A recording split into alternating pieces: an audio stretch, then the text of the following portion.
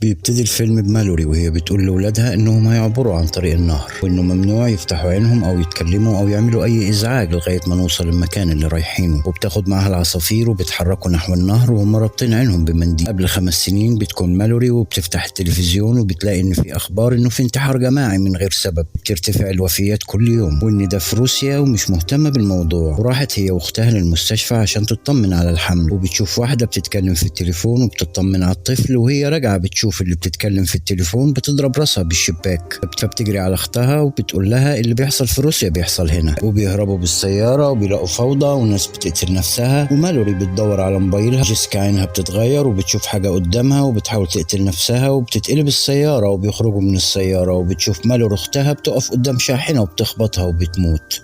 وكل الناس بتجري من حاجة مجهولة ومرعوبين. وبتقع مالوري وبتجي واحدة تساعدها وتشوف حاجة وتروح تركب سيارة مولعة